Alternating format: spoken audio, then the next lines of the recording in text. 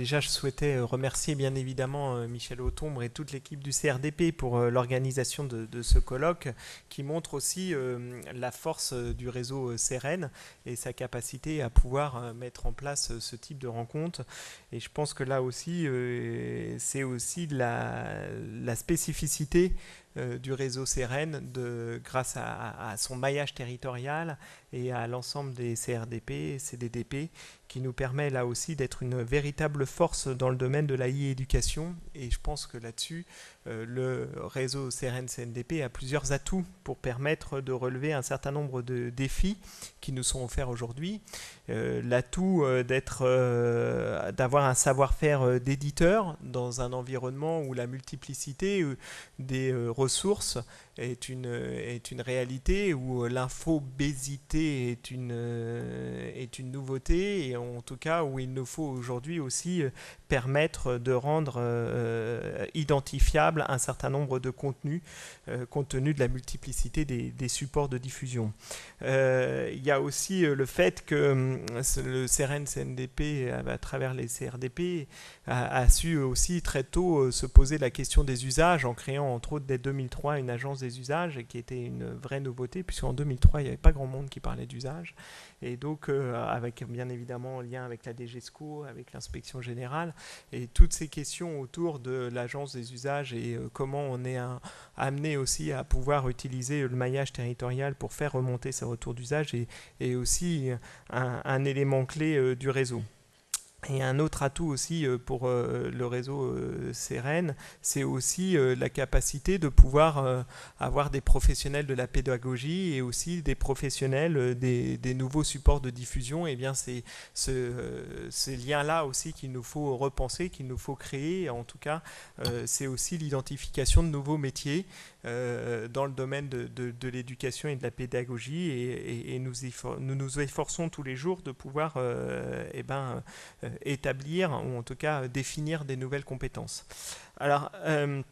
c'est vrai aussi que par rapport à la question de la tablette qui encore il y a 3 ans était... alors j'étais intervenu au premier séminaire dans mes fonctions, au premier colloque dans mes fonctions précédentes, mais la question de la tablette n'était pas au cœur de notre quotidien comme elle l'est aujourd'hui. Et cette évolution-là nous amène aussi certes à nous poser pas mal de questions, mais surtout à repenser aussi bien évidemment l'accès à la connaissance, mais surtout aussi la question de comment nous sommes amenés à utiliser l'ensemble des fonctionnalités offertes aujourd'hui dans les tablettes pour pouvoir là aussi permettre de nouvelles pratiques. Et je pense que c'est une donnée aussi assez fondamentale, c'est-à-dire que la rupture technologique qui nous est offerte aujourd'hui, qui est bien évidemment par rapport à l'univers qui nous est offert, univers tactile, capacité à pouvoir utiliser plusieurs sens, est une donnée assez fondamentale, et qui nous bouleverse. Mais il y a aussi la question et la rupture technologique qui est majeure aussi à travers la question de la tablette et qui est aussi liée au smartphone, qui est la question de la mobilité. Question qu'il ne faut pas non plus oublier, et je pense que la tablette aussi dans la question de la mobilité est un élément aussi très très très structurant. Il faut voir que pendant 15 ans on a tous été amenés à utiliser des ordinateurs fixes et qu'aujourd'hui l'internet mobile dépassera l'internet filaire, a déjà dépassé l'internet filaire. En tout cas, les courbes sont quand même très très... voilà, on est à peu près au croisement de courbes aujourd'hui, mais bien évidemment, dans les prochaines années, ça sera l'internet mobile qui sera au cœur de nos pratiques quotidiennes. Et donc ça aussi, il faut l'intégrer dans l'utilisation de la tablette et dans l'utilisation aussi que les élèves seront amenés à en faire.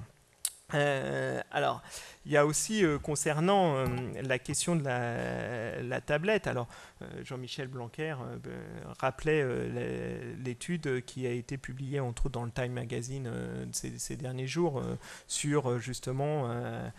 est-ce que c'est le bon outil pour permettre l'apprentissage, en tout cas reposant un certain nombre de questions. C'est vrai aussi que l'approche des sciences cognitives nous repose quand même quelques questions par rapport à ça, et on sait qu'aujourd'hui, bien évidemment, nous sommes en tout cas nos cerveaux ne sont peut-être pas encore totalement adaptés. Demain, ils le seront peut-être beaucoup plus, et en tout cas, peut-être que les digital natives, ou en tout cas la différence entre les digital natives et digital migrants, s'effectue aussi à ce niveau-là, et que le rapport au temps aussi est aujourd'hui bouleversé, et que dans cette approche-là, il nous faut aussi être dans l'anticipation, et que la tablette est aussi un formidable élément d'anticipation, parce qu'elle nous permet aussi une projection dans des univers 3D par exemple, dans un certain nombre d'autres repères et d'autres frontières qui nous dépassent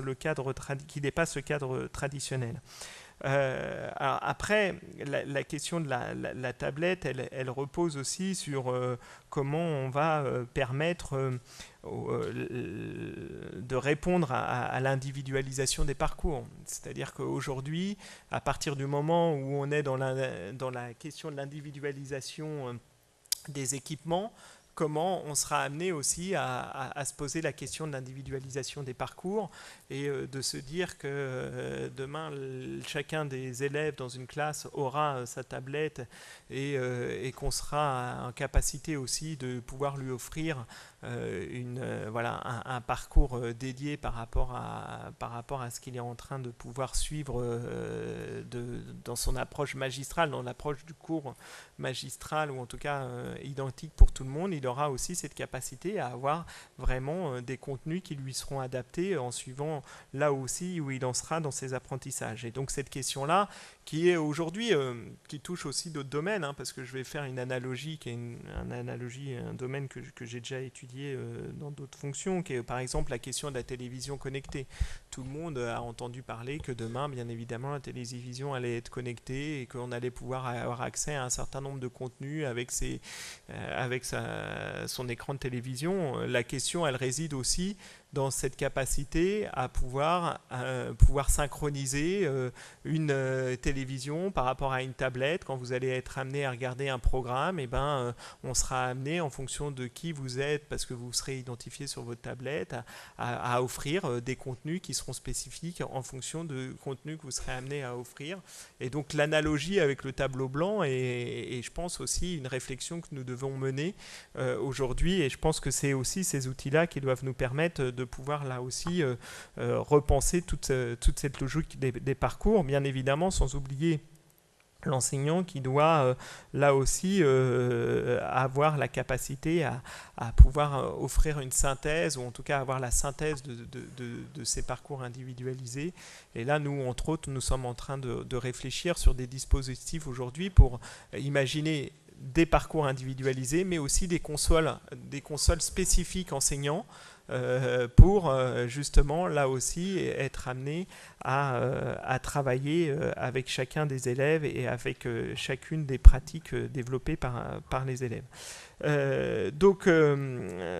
Pour revenir aussi sur la question des usages, c'est vrai que nous, les questions de comment on est amené à accompagner les expérimentations menées entre autres par la DGESCO, ou même des expérimentations menées spécifiquement par certains CRDP, il nous faut là aussi être dans la logique, en tout cas dans le partage des bonnes pratiques, et c'est aussi notre rôle en tant que réseau de pouvoir mutualiser l'ensemble de ces bonnes pratiques. Donc on est en train de réfléchir avec l'ensemble des directeurs de CRDP à pouvoir renforcer cette dissémination des bonnes pratiques, à pouvoir renforcer encore le réseau sur ces questions-là, et aussi à pouvoir initier des vrais protocoles d'expérimentation. Quand vous avez 31 lieux, 31 CRDP, que vous avez plus de 115 lieux à travers les CDDP, quand vous avez des lieux de proximité comme les centres locaux de documentation pédagogique, il faut utiliser toute cette force-là pour permettre de faire remonter la question des usages, et qu'elle puisse aussi après être disséminée. Alors je vais pas revenir sur toutes les expérimentations en cours, puisqu'il y en a un certain nombre qui ont été initiées par la DGESCO et que les CRDP accompagnent, mais on a été aussi amené à pouvoir réfléchir sur de la production spécifique. Et là, la question aussi de la production spécifique sur les tablettes est une vraie question, puisqu'elle doit faire appel à plusieurs métiers qui sont bien évidemment des auteurs, mais qui doivent aussi réfléchir justement à la multiplicité des cibles possibles à travers la tablette. Donc tout ça fait que dès le début, nous devons inclure l'auteur dans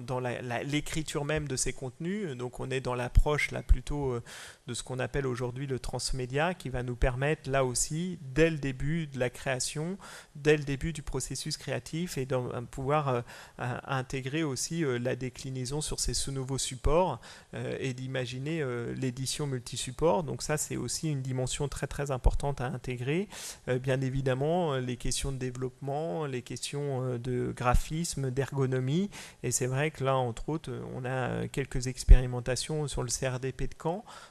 qui ont été, par exemple, des expérimentations sur l'histoire qui sont très très intéressantes aussi, de pouvoir là aussi avoir une dimension rétrospective, on va dire, qui est aussi utiliser cet outil-là pour remonter dans le passé, et tout ce qui a été mis en place par le CRDP de Caen sont assez sont des expérimentations très intéressantes. Donc cette question de l'écriture, elle doit se passer aussi par les partenariats, et entre autres par tout ce qui est aussi mis en place par l'édition privée, c'est-à-dire que le rôle d'un opérateur comme le CEREN CNDP, eh bien, c'est aussi d'accompagner, de pouvoir structurer le marché du numérique, et je pense que ça doit se faire aussi avec l'ensemble de l'écosystème, et les éditeurs doivent être aussi des partenaires pour nous aider en tout cas pour qu'on s'aide mutuellement à concevoir ces nouveaux objets. Et je pense que là aussi, du côté de l'édition privée, sur l'accessibilité des manuels, sur plein de choses concernant ces nouveaux dispositifs de distribution, sont aussi fort intéressants pour qu'on puisse travailler étroitement sur ces questions-là, et faire que demain, on puisse offrir un panel de contenu très riche à l'ensemble des utilisateurs. Donc vous voyez, le champ de la tablette est bien évidemment un champ très large. On n'est pas aussi... voilà, les évolutions technologiques ne nous permettront pas de dire ce qu'il en sera dans 5 ans. Peut-être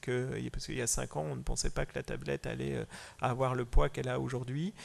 Donc qu'est-ce qu'il en sera dans 5 ans? Voilà, moi je ne fais pas partie de ces divins qui seront en capacité de pouvoir vous dire ce qu'il en sera dans 5 ans. Mais en tout cas, je pense que toutes les réflexions que nous menons aujourd'hui doivent nous permettre de pouvoir répondre à un certain nombre de défis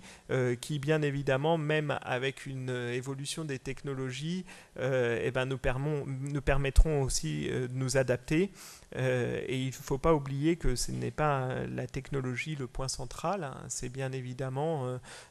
toutes les questions de contenu, de ressources, de création de ressources qui sont la clé de voûte, et qu'aujourd'hui la réflexion, elle est plutôt sur comment produire de nouvelles ressources, comment identifier ces nouvelles ressources, plutôt que la question de savoir quelle technologie nous sommes amenés aujourd'hui à pouvoir proposer, puisque tout ça évolue à une vitesse qui est vertigineuse, et donc il nous faut surtout repenser la question de le contenu dans tous ces environnements. Voilà, je finirai sur ces quelques mots, et je suis certain que les journées vont être d'une richesse forte sur ces questions-là, et donc nous aurons, je pense, plaisir